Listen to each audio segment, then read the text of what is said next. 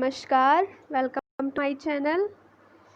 Sorry आज बहुत दिनों बाद वीडियो अपलोड कर रही हूँ, थोड़ा बिज़ी थी इसलिए नहीं कर पाई। तो आज अब कोशिश करूँगी कंटिन्यू रहे वीडियो।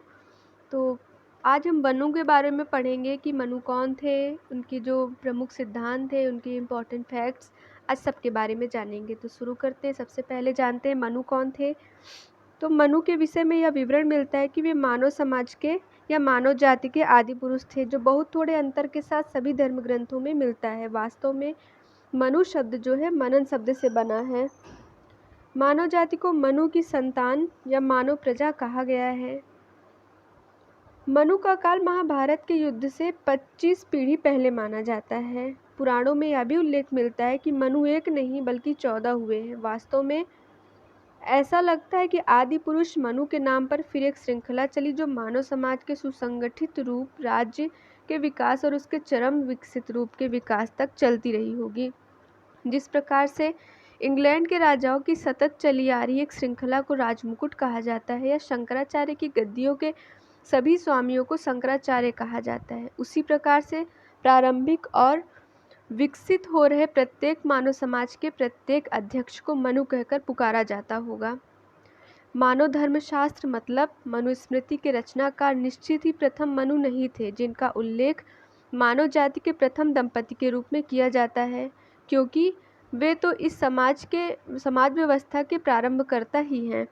परंतु मनुस्मृति में मानव समाज के जिस व्यापक रूप का नियमन किया गया है, वह राज्य संस्था के पूर्ण विकास के बाद ही किया जा सकता है। इसलिए निश्चित रूप से मनुस्मृति की रचना मनुओं की एक लंबी श्रृंखला ने की है।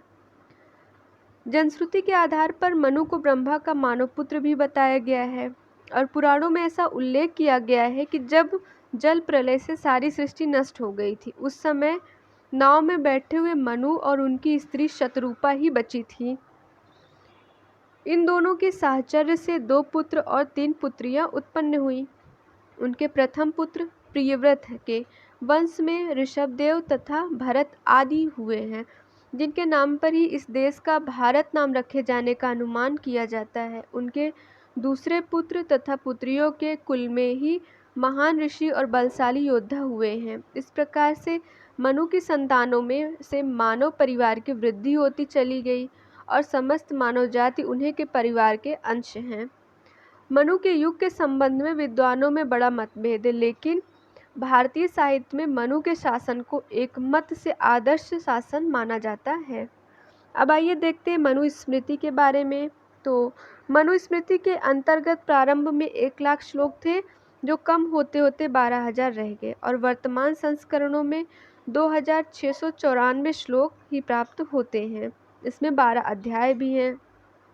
मनुस्मृति के रचना काल के संबंध में विद्वानों में भले ही मतभेद हो, एक विधि ग्रंथ के रूप में इनकी श्रेष्ठता को सभी पक्ष निर्विवाद रूप से स्वीकार करते हैं। अब आइए देख लेते हैं राज्य की उत्पत्ति का सिद्धांत। तो मनु ने जो है राज्य की उत्पत्ति के संबंध में भी दैवीय सिद्धांत का प्रतिपादन किया है।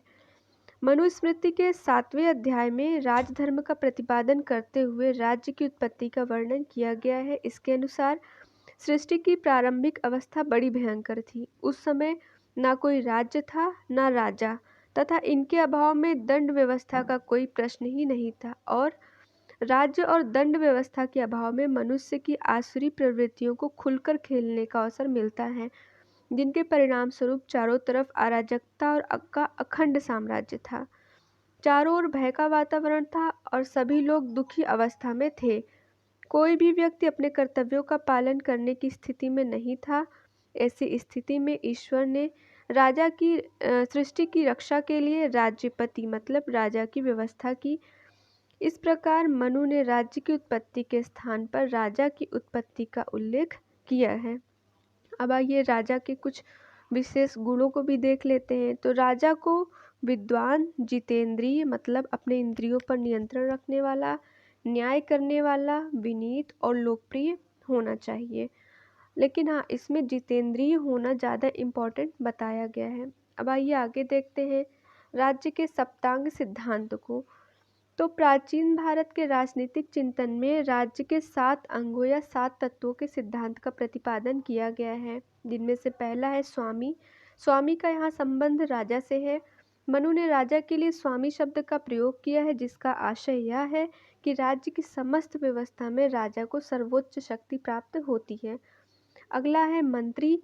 मनु का विचार है कि कुशल मंत्रियों के बिना राज्य का कार्य नहीं चलाया जा सकता, अतः राजा के द्वारा सुयोग्य मंत्रियों से परामर्श प्राप्त करते हुए ही राज्य कार्य किया जाना चाहिए।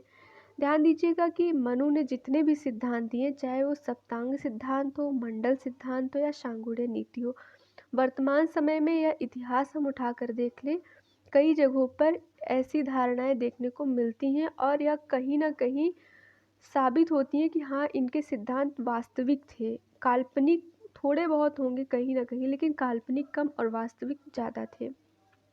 अब आइए अगला सप्तांग सिद्धांत देखते हैं। तो तीसरा है पुर। पुर का अर्थ है किला, परकोटा या राजधानी। मनु का मत है कि पुर पूर्णतया सुरक्षित होना चाहिए तथा उसमें रक्षा एवं भरण पोषण की उचित व्यवस्था होनी चाहिए। अगला है राज्य। राज्य की प्रकृति के रूप में राज्य का उल्लेख भ्रम उत्पन्न करता है, लेकिन यहाँ राज्य शब्द का आशय है राज्य की भूमि तथा उसमें निवास करने वाली जनता। अगला है कोष। मनु के अनुसार कोष राज्य का न केवल अनिवार्य बल्कि अति महत्वपूर्ण अंग है। मनु की मान्यता है कि यदि राजा के पास समुचित मात्रा में कोष होने पर ही वह प्रजा की सुरक्षा और उसके कल्याण के लिए विभिन्न कार्य कर सकता है। अगला है दंड। दंड का आशय राज्य की रक्षा करने वाली शक्ति अर्थात सेना से है। मनु ने सेना के अनेक अंगों का उल्लेख किया है। ये अंग हैं जैसे हस्ती सेना, रथ सेना, अश्व सेना, जल सेना और पैदल सेना। अगला है मित्र। तो मनु ने इसमें बताया है कि मित्र का आशय है अंतर्राष्ट्रीय राजनीति में राज्य के मित्र अथवा एक राज्य के अन्य राज्यों के साथ मैत्रीपूर्ण संबंध के बारे में बताया गया है। अब इसके बाद इनके और भी ढेर सारे सिद्धांत हैं, जिनमें से जैसे इन्होंने दिया परराष्ट्र नीति से संबंधित सिद्धांत दिया है। तो मनु ने बताया है कि एक राष्ट्र को दूसरे राष्ट्र के साथ किस प्रकार का संबंध रखना चाहिए, जिनमें पहला है मंडल सिद्धांत। बहुत ही इम्पोर्टेंट है और बहुत सी जगह इसको यूज़ भी किया जाता है और देखने को भी मिलता है। तो मनु की मान्यता है कि एक राजा का पड़ोसी राजा स्वाभाविक रूप से उसका शत्रु राज्य होता है। दूसरी स्वाभाविक बात यह है कि मित्र का मित्र या शत्रु का शत्रु तो मित्र होता है, लेकिन शत्रु का मित्र शत्रु होता है।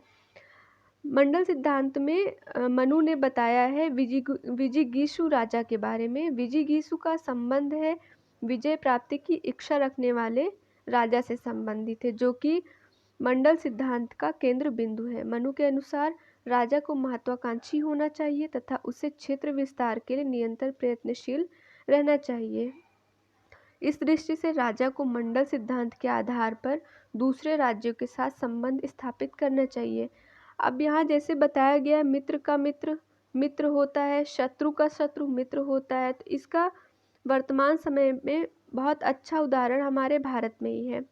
जैसे भारत का पड़ोसी देश है पाकिस्तान, तो भारत पाकिस्तान की कंडीशन तो सभी जानते हैं क्या है, तो वो हमारा शत्रु देश है। लेकिन वहीं उसके बगल में चीन से भी हमारे रिलेशन अच्छे नहीं हैं।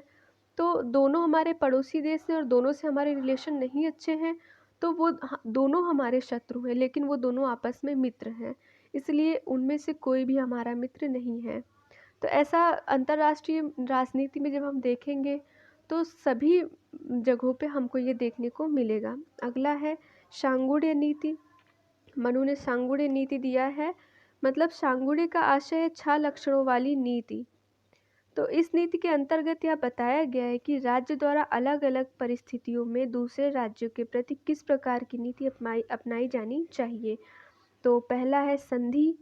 यदि राजा को यह संभावना लगे कि इस राज्य के साथ मैत्री संबंध स्थापित करने पर तात्कालिक रूप से भविष्य में लाभ प्राप्त होंगे तो उसे संबंधित राज्य के साथ मैत्री कर लेनी चाहिए। सबसे अच्छा एग्जाम्पल इसका अमेरिका है। हमेशा देखते हैं अमेरिका हमेशा जो अपनी प्रॉफिट के लिए किसी भी देश के साथ रिलेशन अच्छा भी कर सकता है और ख़राब भी कर सकता है, सिर्फ ये देखने के लिए कि आज या भविष्य में हमको इससे प्रॉफिट मिलेगा कि नहीं मिलेगा। अगला है युद्ध यानी विग्रह। विग्रह का अर्थ युद्ध से है। मनुस्मृति में विग्रह के दो भेद बताए गए हैं। शत्रु पक्ष की कमजोरियों का ज्ञान प्राप्त करके शत्रु पर विजय प्राप्त करने के लिए विग्रह को अपनाया जाए तो यह विग्रह का प्रथम रूप है। विग्रह का दूसरा रूप है जिसमें मित्र पर किए गए आक्रमण के प्रतिकार में विग्रह को अपनाया जाए। इस विग्रह या युद्ध नीति के कारण ही प्रथम विश्व युद्ध भी हुआ था। पता होगा गुपचुप संधियों के कारण जो है आपस में ही दो छोटे देशों से युद्ध प्रारंभ हुआ, बाद में ये जो है विश्व युद्ध में परिवर्तित हो गया था। अगला है यान। यान का अर्थ है वास्तविक आक्रमण। विग्रह और यान में मात्र एक ही भेद है, यह विग्रह से कुछ आगे है। विजय की इच्छा से अथवा दूसरे पक्ष को पीड़ित करने के लिए यान की स्थिति को अपनाया जा सकता है। अगला है आसन। तो आसन में क्या होता है कि अमैत्रीपूर्ण संबंध होने पर भी युद्ध की स्थिति को न अपनाकर थोड़े समय के लिए उदासीन और उपेक्षा की स्थिति को अपनाना आसन कहलाता है। आसन अल्पकाल के लिए अपनाई जाने वाली स्थिति है। आसन को अपनाने का उद्देश्य है शत्रु को शांत रखना तथा स्वयं अधिक शक्ति अर्जित करना। मनु ने आसन के दो रूप बतलाए हैं। पहला है सेना या कोष के छीड़ हो जाने पर अपनाया गया आसन। द्वितीय आसन के अनुरोध मित्र के अनुरोध पर अपनाया गया आसन। आसन का थोड़ा संक्षिप्त रूप हम देख सकते हैं तराइन के पहले युद्ध में 1191 में, जिसमें गौरी और पृथ्वीराज चौहान के बीच में युद्ध हुआ था। तो उस टाइम गौरी पराजित हो गया था। पृथ्वीराज चौहान जी एकदम टेंशन फ्री हो गए थे कि हमको कोई दिक्कत नहीं है, गौरी वापस जा चुका है। लेकिन मोहम्मद गौरी वापस गया और वो शांति से नहीं बैठा। वहाँ पर जा कर के उसने अपनी सेना को और अच्छे से संगठित किया और अच्छे से सब कुछ तैयारियां की, जिसके बाद उसने जो है फिर वापस आया और फिर पृथ्वीराज जी से युद्ध करता है और उसके बाद गौरी जीत जाता है और भारत में उसकी जीत हो जाती है। तो आसन का कुछ संक्षिप्त रूप हमको यहाँ पर भी देखने को मिलता है। अगला है द्वैधी भाव। द्वैधी भाव की व्याख्या मनु ने कौटिल्य से बहुत ही अलग की है। मनु के अनुसार द्वैधी भाव अपने से अधिक शक्तिशाली शत्रु से रक्षा के लिए अपनाई जाने वाली रणनीति का एक रूप है। अगला है संश्रय। संश्रय का अर्थ बलवान का आश्रय किए जाने से है। यदि राजा द्वैधी भाव की रणनीति अपनाकर ही अपनी रक्षा कर पाने में असमर्थ हो तो उसे बलवान राजा का आश्रय लेना चाहिए। पर यह ध्यान रखा जाना चाहिए कि जिस राजा का आश्रय लिया जा रहा है वह शत्रु से अधिक बलशाली हो। यदि आश्रय के लिए इतना बलवान राजा न मिले तो सबल शत्रु का ही आश्रय लेना उचित होगा। इसका भी एक अच्छा सा एग्जाम्पल है भारत पाकिस्तान का 1971 का युद्ध। जिस समय भारत पाकिस्तान का युद्ध हो रहा था तो पाकिस्तान भाग के अमेरिका के पास जाता है। अमेरिका उसकी मदद के लिए आ गया था, लेकिन भारत कमज़ोर स्थिति में होता है तो भारत भी जाकर के रूस के पास जाता है, क्योंकि भारत को भी यह पता है कि अमेरिका को उस समय उस कोल्ड वार के टाइम में 1971 में अगर कोई अमेरिका को चुनौती दे सकता था तो वो सिर्फ और सिर्फ एकमात्र देश उस समय रूस ही था। इसलिए भारत भी जाकर के रूस के पास गया, जिसके कारण युद्ध भी उतना डेंजरस नहीं हुआ, टल गया था। तो इस संश्रय का अच्छा एग्जाम्पल हम ले सकते हैं। तो हमने देखा यहाँ पर वास्तव में मनु ने जितने भी सिद्धांत दिए हैं वो अंतर्राष्ट्रीय राजनीति में बहुत ही उपयोगी हैं और वो सभी जगह देखने को हमको मिलते हैं। इसके बाद हम लोग कौटिल्य यानी चाणक्य के बारे में देखेंगे। चाणक्य ने ऐसी ही नीतियों को दिया है, लेकिन और विस्तार से उन्होंने अपनी नीतियों को दिया है और विस्तार से एकदम उनकी भी नीतियाँ जो है वर्तमान में या इतिहास में हम देखेंगे कि सभी जगह अक्सर हमको वो देखने की उनकी नीतियों को देखने को मिलेंगी। तो उम्मीद करते हैं आपको समझ में आया होगा और अगर अच्छा लगे तो फिर like share and subscribe and thank you so much.